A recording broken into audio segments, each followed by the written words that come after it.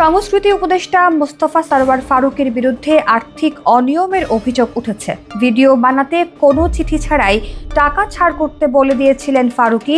প্রকাশ্যে এমন অভিযোগ কোথায়? সমালোচনার মুখে পড়েছেন ফারুকী। কোনো রকম কাগজপত্র ছাড়াই বাংলাদেশ শিল্পকলা একাডেমি থেকে টাকা চাইতেন ফারুকী। এরকম অর্থনৈতিক আবদার মেটাতে মোটেও রাজি ছিলেন না প্রতিষ্ঠানটির মহাপরিচালক। এ কারণেই সৈয়দ জামিল আহমেদ স্বেচ্ছায় শিল্পকলা একাডেমির মহাপরিচালকের পদ ছাড়েন। তিনি আবার শিল্পকলায় ফিরতে 4টি শর্ত জুড়ে দিয়েছেন।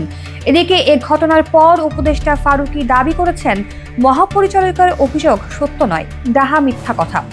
অন্তর্বর্তী সরকার গঠনের 7 মাসের মাথায় এই প্রথম কোনো উপদেষ্টার বিরুদ্ধে আর্থিক অনিয়মের অভিযোগ উঠল। সম্প্রতি শিল্পকলায় নাট্য উৎসবের সমাপনী অনুষ্ঠানে সভাপতির বক্তব্যে সৈয়দ জামিল আহমেদ আচমকাই পদত্যাগের ঘোষণা দিয়ে উপস্থিত সবাইকে চমকে দেন। তিনি মঞ্চে থাকাকালে শিল্পকলার সচিব মোহাম্মদ ওয়ারেস হোসেনের কাছে পদত্যাগপত্র জমা দেন। মহাপরিচালক তার বক্তব্যে সরাসরি সংস্কৃতি উপদেষ্টা মোস্তফা সরওয়ার ফারুকীর বিরুদ্ধে শিল্পকলা একাডেমিতে অযাচিত হস্তক্ষেপের অভিযোগ তোলেন।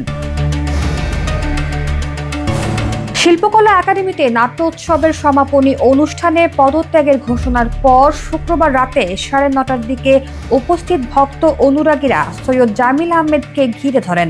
এ সময় কে টাকা চেয়েছেন জানতে চাইলে জামিল আহমেদ সরাসরি বলেন, উপদেষ্টা।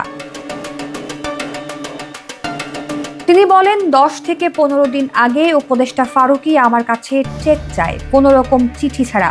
শিল্পকলা একাডেমি থেকে তাকে টাকা দিতে হবে, কারণ তার খুব দরকার। সে একটা প্রজেক্ট করছে।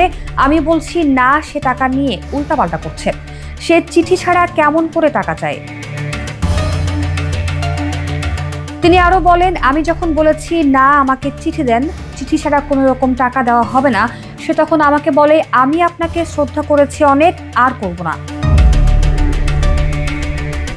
এ সময় শিল্পকলা একাডেমির পরিচালক পরিষদের সদস্য সামিনা লুৎফা নিত্রা তাকে বোঝানোর চেষ্টা করেন। তখন সৈয়দ জামিল 4টি শর্ত দেন। প্রথম শর্ত, মন্ত্রণালয় থেকে শিল্পকলা একাডেমির কাজে কোনো রকম হস্তক্ষেপ করা হবে না, একটি সংবাদ সম্মেলন করতে হবে। দ্বিতীয় শর্ত, শিল্পকলাকে একটি স্বায়ত্তশাসিত প্রতিষ্ঠান হিসেবে কাজ করতে দিতে হবে। যদি শিল্পকলা আইনগত সমস্যা করে তবে পরামর্শ দেবে, কিন্তু হস্তক্ষেপ করবে না। তৃতীয় শর্ত, শিল্পকলায় মন্ত্রণালয় থেকে কোনো ফোকাল পয়েন্ট থাকবে না, এটা নিশ্চিত করতে হবে। চতুর্থ শর্ত, আদিবাসী বলার অধিকার চেয়েছেন সৈয়দ জামিল। এছাড়া শিল্পকলার কাজের জন্য তিনি 200 কোটি টাকা বরাদ্দ চেয়েছেন, যার চিঠি দিতে হবে অর্থ মন্ত্রণালয় থেকে। সৈয়দ জামিল বলেন, একটি ভিডিও নির্মাণের জন্য লিখিত চিঠিপত্র ছাড়া উপদেষ্টার পক্ষ থেকে টাকার জন্য চাপ দেওয়া হলে আমি তা দিতে অপারগতা প্রকাশ করি। বর্তমানে একাডেমির ভেতরে বিভেদ সৃষ্টির হীন প্রচেষ্টা লক্ষ্য করছি। এ অবস্থায় চারিদিকে ঘিরে থাকা চক্রের সঙ্গে আপোষ করে আমার পক্ষে শিল্পকলা একাডেমির মহাপরিচালকের দায়িত্ব পালন সম্ভব নয়, বিধায় আমি পদত্যাগ করেছি। এদিকে গতকাল দুপুরে এক ফেসবুক স্ট্যাটাসে সৈয়দ জামিল আহমেদের অনেক অভিযোগ ডাহা মিথ্যা বলে দাবি করেছেন উপদেষ্টা মোস্তফা সরওয়ার ফারুকী। নিজের ভেরিফাইড ফেসবুক পেজে ফারুকী লিখেছেন, এইটুকু আপাতত বলে রাখি, ওনার বলা অনেকগুলো কথা পুরোপুরি সত্য নয়, অনেকগুলো কথা ডাহা মিথ্যা, এবং কিছু কথা পরিস্থিতি ডিল না করতে পারাজনিত হতাশা থেকে বের হয়ে আসা বলে মনে হচ্ছে। আমার বিস্তারিত লেখা হয়তো ওনাকে বিব্রত করতে পারে, কিন্তু আমাকে আপনি এমন এক পরিস্থিতির মুখোমুখি দাঁড় করিয়েছেন যেখানে আমাকে বিব্রতকর হলেও সত্য বলতে হবে। জামিল ভাই, সংস্কৃতি উপদেষ্টা মন্ত্রণালয় ও তার নিজের বক্তব্য পুরোপুরি উপস্থাপনের জন্য কিছুটা সময় চেয়েছেন।